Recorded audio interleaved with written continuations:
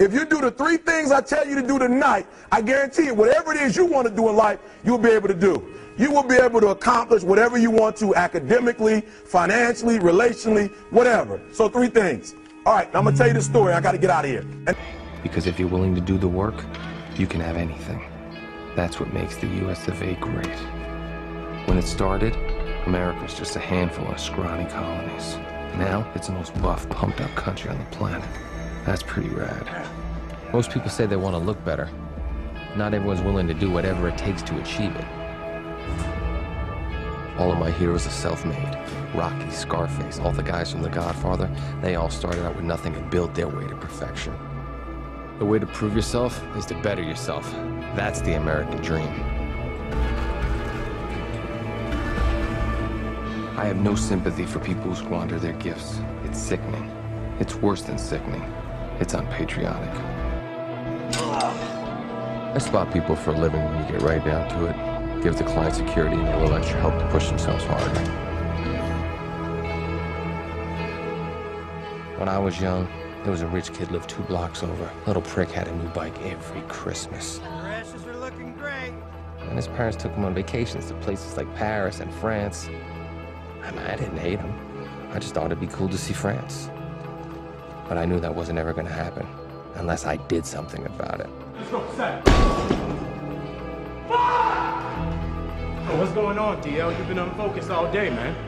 You ever just get tired of being where you are, Adrian? No, I kind of like it here. I mean, the weights are new to me. I mean in life, man.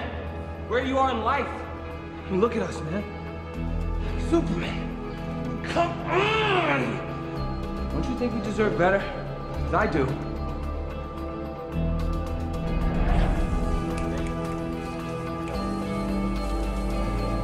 And I do too.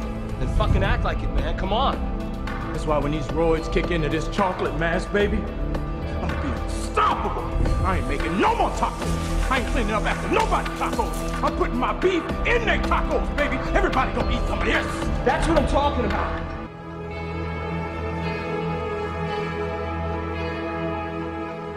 You walked in that door, you were 28% body fat, you wanted to be 6. I gave you that. You want to be 2? I will give you that. You deserve that. You want to be a monument to physical perfection? You want to be a shrine? You should be. You want to change, right? All you got is change in that fanny pack. Is that what you want? When's the last time you paid your rent when it was due?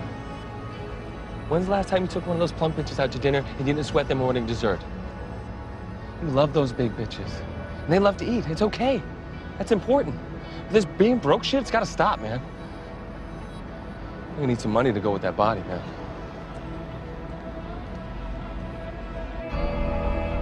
Daniel just wanted to be like everyone. Everyone that wants the American dream. All I ever wanted out of life was what everyone else had. Not more. Just not the less I was used to. Well, I took a real swing for it, you know? And for a while, it was like I always thought it would be. I was one of you, and it felt good. People finally saw me like I saw myself, and you can't ask for more than that. Maybe I did, though. Maybe it got so I didn't want to be equal to anymore. I wanted to be better then. And that's a recipe for injury. That doesn't mean you give up, though. You rest, you heal, and you get back on that bench. Bottom line is the fact that I realized that even the group of people I hung around with, you know, it was easy for me to think that I was doing a lot because I was doing more to try to move myself forward than they were. And I should be the weakest link in my chain that I have, and that'll make me be stronger, it'll make me run faster. I mean, like an analogy I've always used is, all right, if you run the 100-yard dash with people that can't run as fast as you, yeah, you'll win. Hands down, you know that. But if you run with people much faster than you, all right, yeah, you might come in last every single time, but your time will be better because they're making you run all the faster. They're making you dig down just a little bit more. It doesn't matter that you won, your time is faster. My dreams don't live down there. That's what my granddad used to tell me. When I used to walk in them projects, I look down, I see crack needles. I see bullets. I see blood stains. But when I looked in the sky, I saw my dreams. I saw my opportunity. When I would go to school, they would tell me I was too dumb. They told me I'd be like my father, like my family, selling dope, going to the penitentiary, never seeing what the real world would be. See, I was a kid, couldn't read till he was 16, but my dream was bigger than my reality. I'm telling you, young king, keep fighting, because your life depends on it. Just like when you get hit with that bullet, and your boy is telling you, don't stop breathing, don't stop fighting. You still got life to live. Because if you lay there in your pool of blood, you're gonna die there. Young king, learn how to fight for your purpose and not the money. You gotta have a vision for what it is you really, truly want. A vision is about what you're here to create. A vision that really works is one that excites you. It has to be a compelling vision. It's gotta have something that has the power to pull you, not something you have to push yourself to do. Those are two different kinds of motivation. Push requires willpower, and willpower never lasts. What will last is pull. Having something so exciting, so attractive, something you desire so much that you have a hard time going to sleep at night and you get so up early in the morning to rock it and take it to the next level. Do you know what it takes to be great? Are you willing to go that extra mile? A grinder wakes up early. He stays up late. I tell you time and time again, you will get tired. But if you have a why, we'll give you that extra strength, that extra foot you need, that extra hour you need, the courage, the mentality. Why are you different from everyone else who's trying to do the same thing you're doing? What makes you stand out? Why are you so important? Somebody's waiting for you to mess up. Somebody's waiting for you to give up. Someone is waiting for you to fall. So don't just talk about your grind. Don't just talk about how much you're this and that. Show me.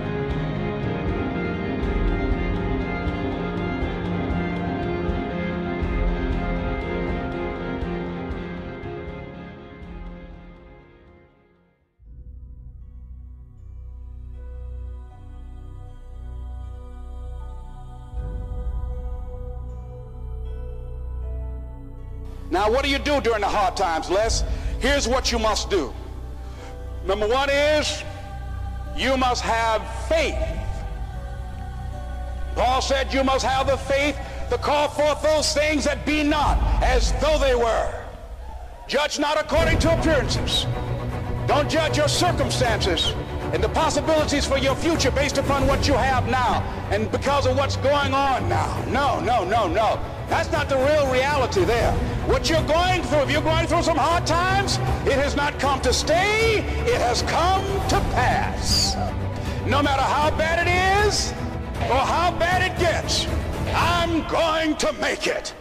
As I used to say to myself, when I would get up in the Penobscot building and I had to go into the bathroom and bathe in the bathroom sink, I had written on the mirror that I put up, just paste up and I read, no matter how bad it is or how bad it gets, I'm going to make it. So you've got to have faith, you talk to yourself, you say that affirmation. The next step is you must have patience and engage in consistent action. Get back up. Some things you can't change. You just have to live with. But if you do have a choice, make the right choice. When it hurts, keep going. Those cloudy days, those storms, telling you to keep going. Get back up. Dust yourself off.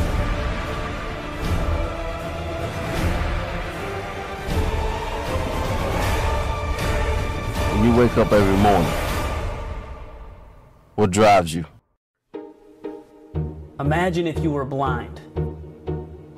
complete darkness.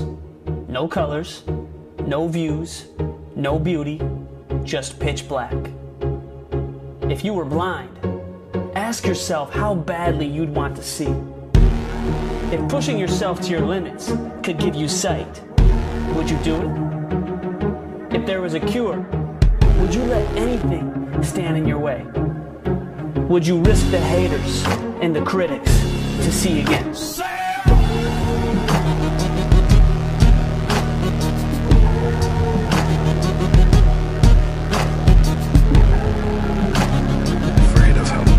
The closer I get to the ring, I'm more confident. Once I'm in the ring, I'm a god. No one can beat me.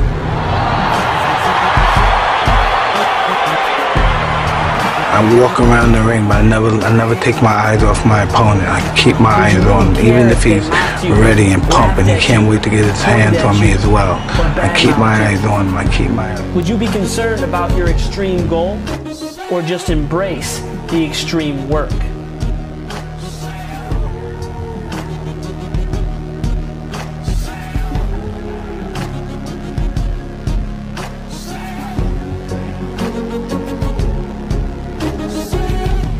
What if you had to learn hurt, trust pain, and embrace struggle?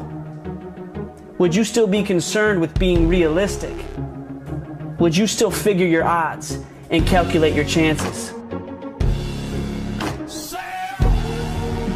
If you had to spend more time planning your workouts and less time planning your weekends, would it even be a tough choice?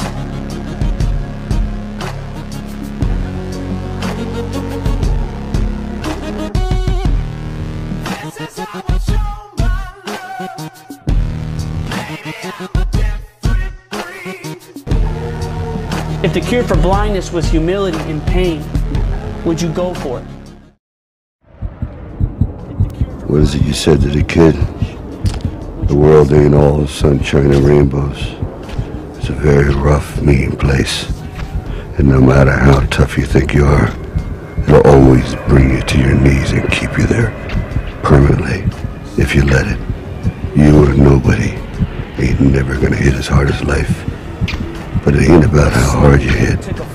It's about how hard you can get hit and keep moving forward. How much you can take and keep moving forward. If you know what you're worth, go out and get what you're worth. But you gotta be willing to take the hit.